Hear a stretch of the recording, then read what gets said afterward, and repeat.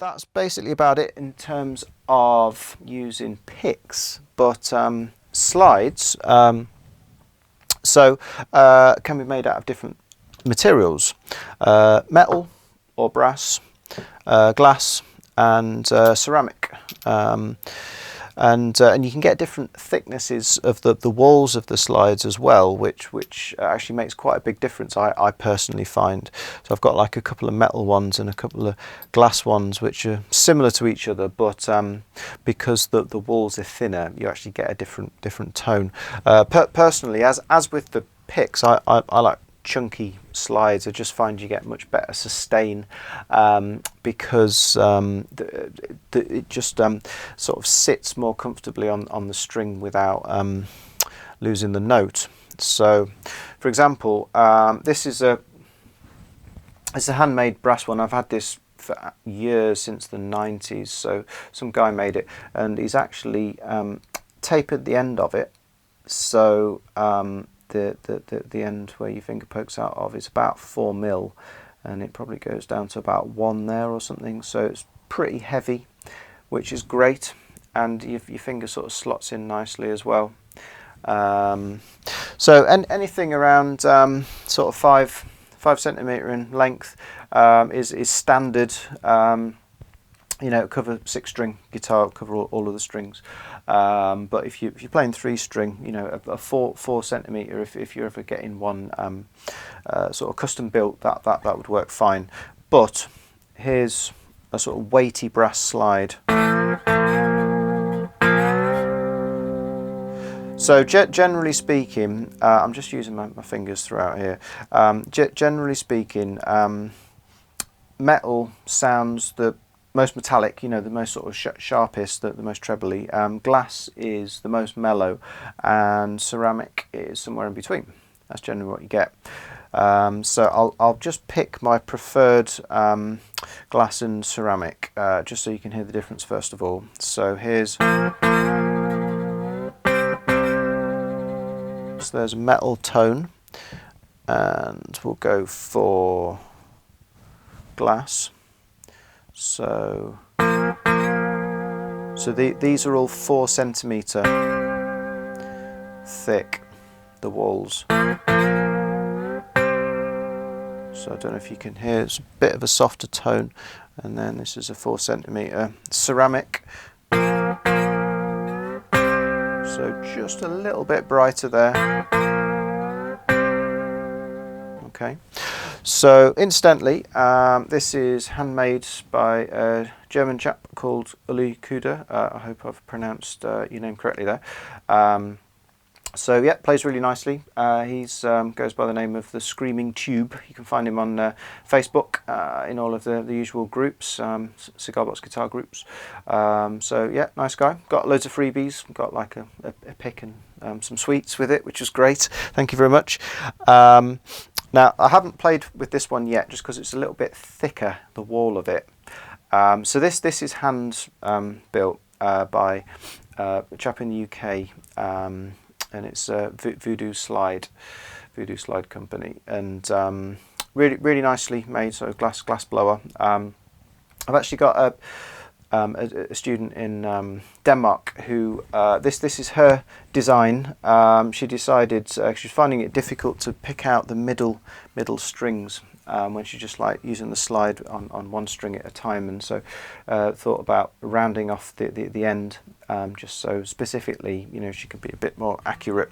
Sometimes the edge of the slide was slipping off a bit. So yeah, thanks for that idea, Margaret. That's great. But this is made. So I actually had a custom sort of interior diameter, and then asked for 5mm as well, just so it's nice and heavy. So again, you get a sustain. So I'll show you the difference between this and the other glass ones.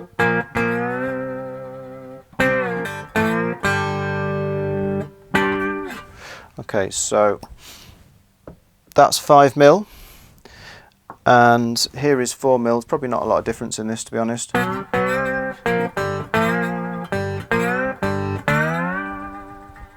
But I can actually feel the difference when I play. This one actually works It feels much more sort of substantial. It's sitting on the strings more comfortably.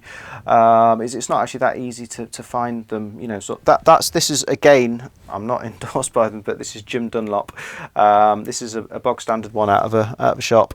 It's difficult to find ones that are like thicker than 4mm. So this one works quite nicely.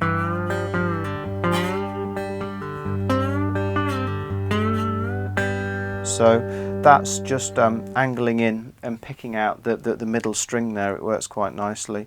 I can sort of angle back. So that's a particular style, but the guy from Voodoo Slide, he generally makes normal ones. This was like a specific request. But if I go back to standard wall thicknesses, this is another stock one. Don't know who made this, but about 2mm, I think, 4mm. So let's have a quick listen, see if we can hear the difference here. So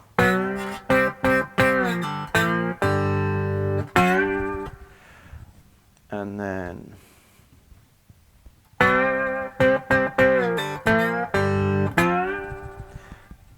now I can kind of hear that tailing off a bit too early, to be honest.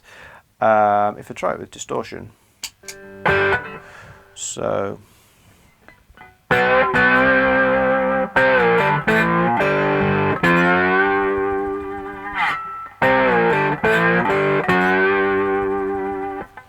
and then here's the 2mm.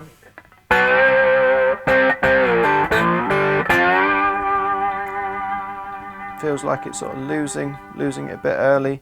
Actually sounds a bit, it's almost like it has a bit less body to it as well. I'll just very quickly show you the difference between a heavy metal one and a thin metal one. Now, straight away, that has the most sustain out of any of them, I would say. Again, it depends on what sound you like. I'm really sort of used to the feel of this one, so it's kind of my go-to one, regardless of whether, you know, I potentially prefer this more mellow sound or whatnot. It just, I'm used to playing with it, so I really like it.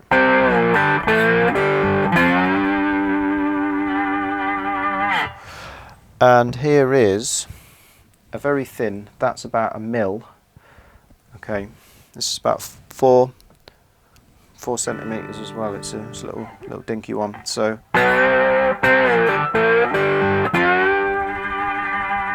now again, it's not really holding its own there. It's losing the note quite quickly. You can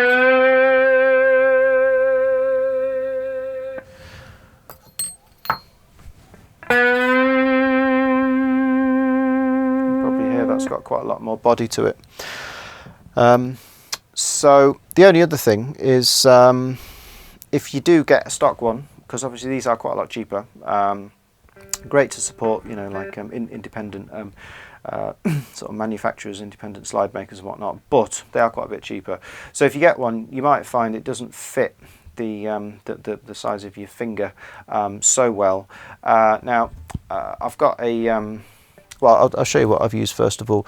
This is foam mounting tape.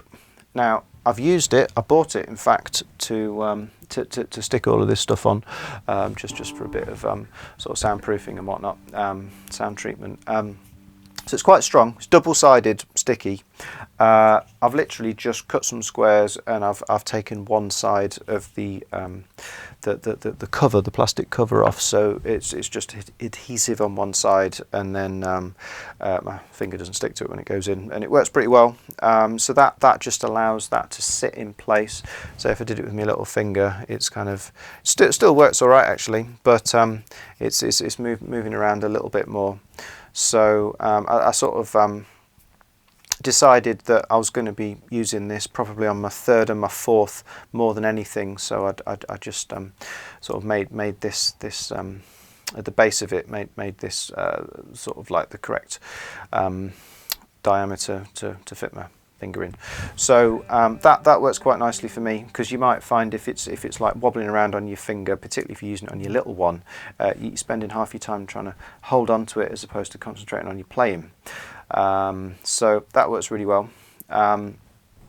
There's another student based in the US called Gordon, who found that surgical tape works quite well. So that's the white tape that you can wrap around like a little bit like a bandage, and he puts that around. I find this works quite well for me personally, because I didn't have any surgical tape at the time, but also I've only put it on once and I've not had to replace it. And the only other thing you could think about would be to use sort of banjo style finger picks if you were so inclined. Now, putting bits of metal and plastic on your fingers just makes the sound brighter. It just makes it louder. So let's go back to clean again. So again, we've demoed all that. Here's the fingers. Now these are just on like completely flat here, so pretty much evenly right on the middle parts of the pads of my fingers. So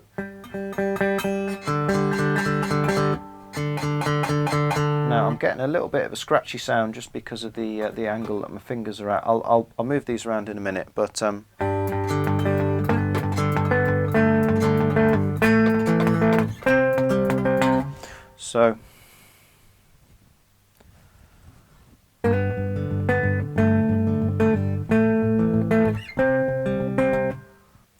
so straight away, a lot more bite, a lot more sort of presence, a lot more volume as well compared to just using the skin of your fingers, or even nails if you can grow them. Yeah, because it's metal as opposed to fingernail. But you might have heard there was a bit of a scratch as well. So what you can actually do is you can just twist them round slightly, so they're slightly more sort of on the side, just so they're a little bit more kind of perpendicular to the strings in relation to how your hand is. So that's a bit better. Now you can still like do sort of banjo style down strums with them as well, because you sort of hold them on sort of quite far down your fingers, so there's not actually that much sticking out over the top, so it's not like you sort of get stuck as you're just brushing through. But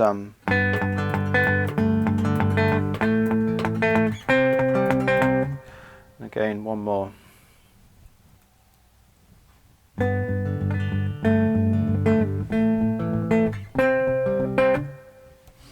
Okay, so that's about it. I hope that was useful.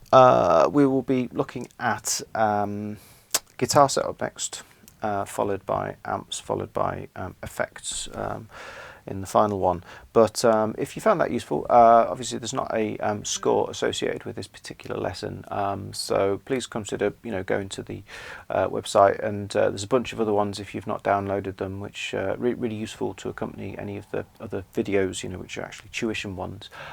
Or if you're not so interested, there is a PayPal tip jar, which would be much appreciated. Just send us a couple of bucks, anything like that would be fantastic. Help to keep putting out fantastic content more regularly. But that's about it. We'll see you here again very soon on Coda Guitar.